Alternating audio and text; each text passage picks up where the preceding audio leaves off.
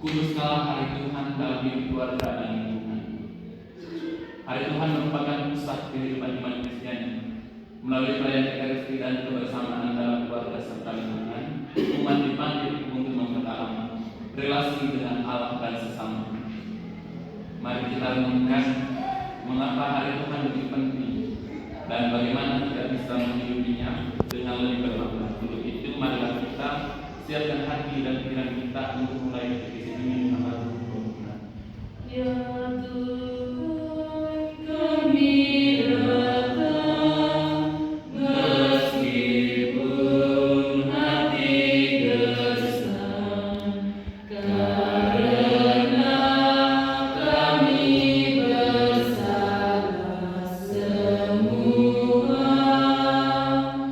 Pada ikram, pada teman, pada kawan serta lawan, karena kami bersalah semua. Dalam nama Bapa, Dalam nama Putra dan Roh Kudus, amin. Tuhan beserta kita. Sekarang dan selamanya. Mari kita berdoa. Tuhan yang Maha Kuasa, terima kasih berkat dan perlindungan yang telah Engkau berikan kepada kami, sehingga pada kesempatan ini kami berkumpul di tempat ini guna untuk dan menghayati firman ajar menghayati firman melalui katekisme kami pada kesempatan ini. Ajarilah kami untuk menguduskan hari Tuhan dalam hidup kami dan membuat kami menjadi saksi Kristus dalam keluarga dan lingkungan. Bimbinglah kami dengan Roh Kudus-Mu agar kami dapat memenuhi dan menghidupkan ajaran-Mu dalam setiap hidup kami sehari-hari. Demi Yesus Kristus, Tuhan dan pengantar kami. Amin. Baik, saudara-saudara yang dikasihi Tuhan, marilah kita bersama-sama mendalami katekis kita dengan mendengarkan sebuah cerita dalam kehidupan kita sehari-hari.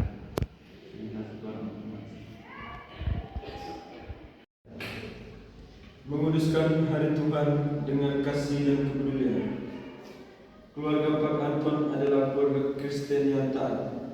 Mereka selalu berusaha untuk menguduskan hari Tuhan dengan menghadiri misa setiap hari Minggu dan berdoa bersama. Suatu hari, anak laki-laki Pak Anton, yaitu Rizky, meminta izin kepada ibunya untuk pergi ke rumah temannya yang sedang sakit. Ibu Rizky setuju, tetapi dengan syarat Rizky harus pergi ke gereja terlebih dahulu untuk menghadiri misa karena hari itu adalah hari Minggu. Rizky tidak terlalu senang karena dia ingin segera pergi ke rumah temannya. Namun dia tahu bahwa ibunya tidak akan mengizinkannya jika dia tidak pergi ke gereja. Setelah misa, Rizky pergi ke rumah temannya dan menghabiskan waktu bersama-sama. Ketika dia pulang, ibunya bertanya tentang hari-harinya. Rizky menceritakan tentang temannya yang sakit dan bagaimana dia merasa senang bisa menghabiskan waktu bersama-sama.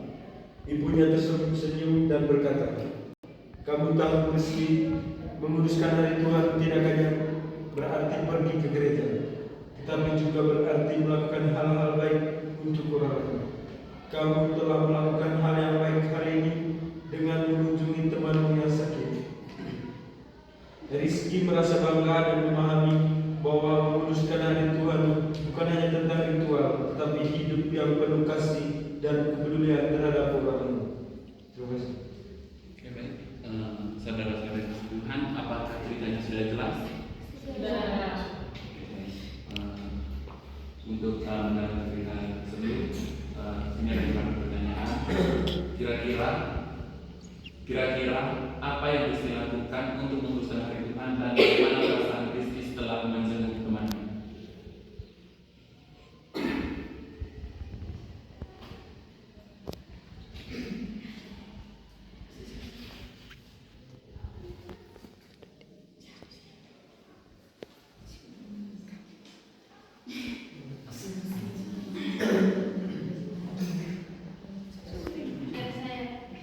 Oke, baik. Mari kita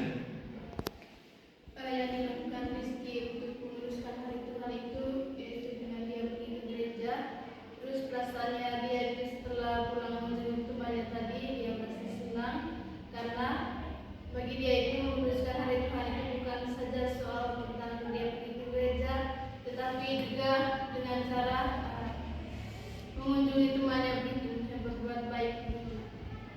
Itu dari saya. Terima kasih, Mister. Sudah lagi.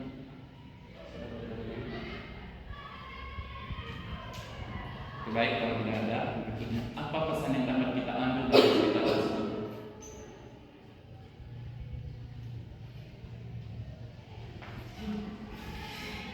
Dari saya, pesan yang dapat saya petik dari cerita tadi itu bahwa untuk menguruskan hari Tuhan itu bukan hanya melalui berdoa, tapi juga melalui tindakan kita. Mungkin ada lagi. Dari saya, pesan yang kita bisa ambil dari cerita tadi, bagaimana kita harus mengutamakan Tuhan di atas segala-galanya. Seperti cerita tadi, ketika Rizky ingin pergi jenguk teman dulu sebelum ke gereja, tapi mamanya melarang kan, katanya harus ke gereja dulu, setelah itu baru pergi jenguk temannya yang sakit. Oke, baik. Terima kasih.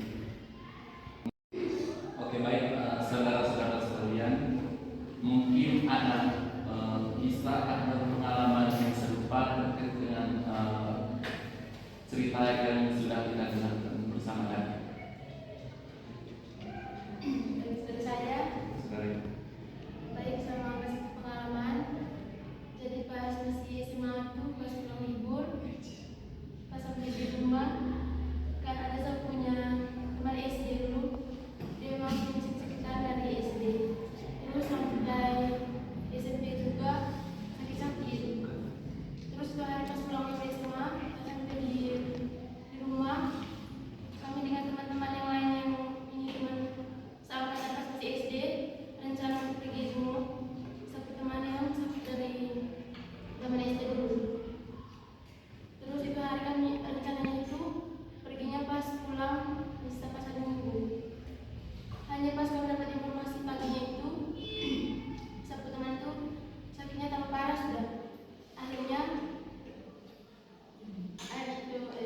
dari saya izin di Bapak dengan Mama supaya pergi jenguk satu teman itu. Itu hari kami tanpa duduk itu misa. Hanya setiap Mama ini apa larang supaya ini sebelum pergi jenguk tuh pergi misa dulu, doa dulu di Tuhan supaya nanti mungkin dipermudahkan dia punya sakit supaya dia bisa sembuh. Karena kalau pergi ke sana juga kan belum tentu kalau dia harus sembuh. Dia harus pergi misa dulu, mungkin dari minggu misa pas pulang itu mungkin ini penyakitnya sebelum itu bisa sembuh. Jadi itu sudah cerita pengalaman dari saya. Oke, baik, terima kasih cerita yang sangat menarik ya, yang mana tadi mau menjenguk teman yang sudah memiliki riwayat sakit sejak SD, di mana dia sudah mulai sakitnya, mulai kritis, tetapi saudaranya Mama tetap menyatakan bahwa sebelum pergi menjenguknya itu harus pergi misa dulu. Oke, baik. Saudara-saudara Tuhan, hari Sabat itu adalah menguruskan hari Tuhan itu ibadah dan tindakan kasih, sebagaimana seperti yang dilakukan Rizky, tetap mengikuti misa terlebih dahulu sebelum pergi mengunjungi temannya.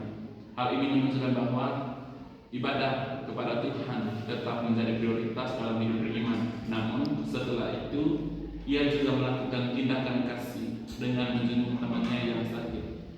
Ini menegaskan bahwa iman tidak hanya berhenti pada ritual, tetapi harus diwujudkan dalam perbuatan nyata. Hari Tuhan menjadi lengkap ketika diisi dengan relasi dengan Allah dan sesama. Dengan demikian ibadah dan kasih berjalan seimbang dalam kehidupan Kristiani. Oke, baik, saudara-saudara terkasih, untuk mendalami tema katekesi kita pada pagi hari ini juga, mari kita sama-sama menimba inspirasi dari kitab suci, yaitu Injil Markus bab 2 ayat 23 sampai 28, dan minta salah satu dari kita untuk membaca. Semoga Tuhan beserta kita. Sekarang dan selama-lamanya. Tuhan Yesus Kristus karena Santo Markus.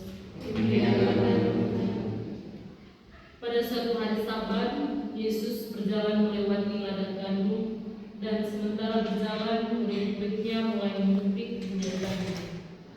Lalu kata orang-orang Farisi kepadanya, "Lihat, mengapa mereka berbuat sesuatu yang tidak diperbolehkan pada hari Sabat?" Jawabnya kepada mereka, "Belum pernahkah kamu baca apa yang dilakukan Daud ketika ia dan orang-orang yang menyertanya kekurangan dan kelaparan? Bagaimana Daud pada waktu Abiatar menjadi imam besar masuk ke dalam rumah Allah lalu memakan roti sajian yang tidak boleh dimakan kecuali oleh imam-imam dan memberikannya juga kepada orang-orang yang bersamanya?" Lalu kata Yesus kepada mereka, "Hari Sabat diadakan untuk manusia dan bukan manusia untuk hari Sabat. Karena itu Anak Manusia adalah Tuhan juga atas hari Sabat." Demikianlah Injil Tuhan. Terima kasih. Oke, baik, saudara-saudari, apakah Injilnya sudah jelas? Sudah. Oke, baik. Untuk mendalami perikop kita tadi, mungkin ada dari perikop kita tadi ayat-ayat yang menarik yang menyentuh hati saudara-saudari. Oke, baik. Dari saya ayat yang ke-27. Lalu kata Yesus kepada mereka, "Hari Sabat diadakan untuk manusia dan bukan manusia untuk hari Sabat. Jadi Anak Manusia adalah juga Tuhan atas hari Sabat." Ayat ini sangat menarik menurut saya karena mau mengingatkan kita bahwa hari Sabat itu memang dalam aturannya itu, hari Sabat kan disamakan dengan hari Minggu. Memang dalam aturannya itu sebagai umat Kristen kita diwajibkan untuk pergi misa pada hari Minggu. Akan tetapi di sini Yesus mengatakan bahwa hari Sabat diadakan untuk manusia dan bukan manusia untuk hari Sabat. Ini mengingatkan kita bahwa jika pada hari Minggu itu ada keluarga atau kenalan kita yang sakit dan juga memerlukan bantuan untuk rumah sakit, maka di sini kita juga bisa melakukan hal yaitu dengan menolong mereka dan membawa mereka ke rumah sakit. Karena apa? Walaupun sejatinya hari Sabat itu untuk merayakan misa, tapi juga menolong orang lain merupakan bentuk kasih dan cinta kepada orang-orang yang ada di sekitar kita. Begitu saudara-saudara. Baik, terima kasih. Mungkin ada lagi.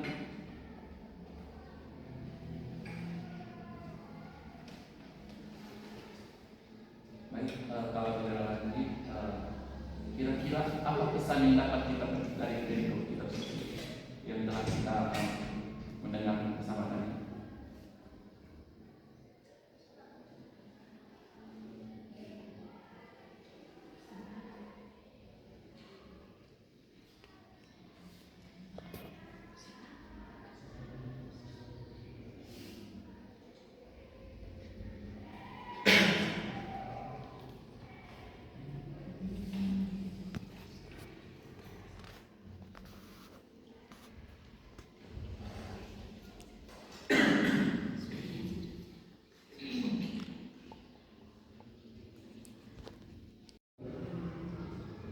Dan saya pesannya yang kita bisa ambil dari perikop ini tadi, menurut saya itu kita tuh tidak boleh menafsirkan ajaran itu maksudnya secara lurus-lurus. Artinya begini, kalau memang hari Sabat ini ditetapkan untuk hari Tuhan, tetapi kita lihat situasinya dulu, situasi dan kondisinya saat itu. Kalau memang toh ada sesuatu yang urgent, maka kita bisa apa ya? Misalnya kita bisa ibadah di tempat lain, maksudnya bukan selalu harus di gereja, ya bisa dari kan Tuhan kan di mana-mana, tidak harus mengikuti sekali. Kalau urgent sekali maksudnya besar kondisinya saja. Menurut saya. Oke, baik. Mungkin ada lagi. Oke, baik. Saudara-saudara, hari Tuhan harus dihidupi secara nyata dalam keluarga dan lingkungan, dalam kehidupan sehari-hari. Keluarga menjadi tempat pertama untuk menghidupi iman tersebut. Kebersamaan seperti doa dan makan bersama mempererat kasih dalam keluarga. Selain itu, umat dipanggil untuk peduli terhadap sesama di lingkungan sekitar. Tindakan kasih seperti menolong dan berbagi menjadi wujud nyata iman. Dengan demikian, hari Tuhan sungguh menjadi hari yang membawa berkat bagi semua orang.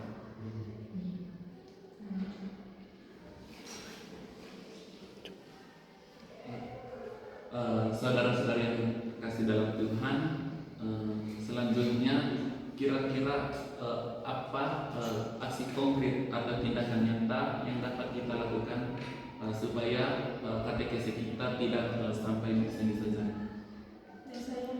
Oke, baik. Rasa aksi konkret yang bisa kita lakukan itu pergi gereja setiap hari Minggu dan berkhotbah setiap hari. Mungkin apa? Dari saya tidak mengurangi jawaban dari teman tadi. Bukan hanya kita, tapi kita berusaha mengajak orang lain, teman-teman yang ada di sekitar kita, untuk sama-sama meneruskan hari Tuhan, khususnya hari ini.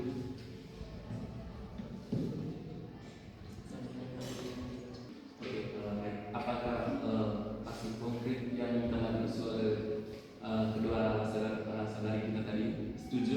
Setuju. Saudara-saudari yang dalam Tuhan, melalui katekesi ini kita diingatkan bahwa menguruskan hari Tuhan bukan hanya kewajiban, tetapi panggilan untuk menghidupi kasih. Hari Minggu menjadi kesempatan untuk berjumpa dengan Allah, mempererat kebersamaan dalam keluarga, dan berbagi kepedulian dengan sesama. Semoga kita semakin setia menghidupi hari Tuhan secara nyata, sehingga hidup kita dipenuhi sukacita dan menjadi berkat bagi orang lain. Saudara-saudara yang terkasih dalam Tuhan, terima kasih atas partisipasi dari kita semua dalam pendalaman iman kita melalui katekesi ini. Mohon maaf ada kata-kata atau kalimat yang kurang berkenan selama proses katekesi ini. Dengan demikian, marilah kita mengakhiri katekesi kita pagi ini dengan doa. Allah Bapa yang terkasih, kami bersyukur kepadamu atas penyertaan-Mu dalam katekesi ini.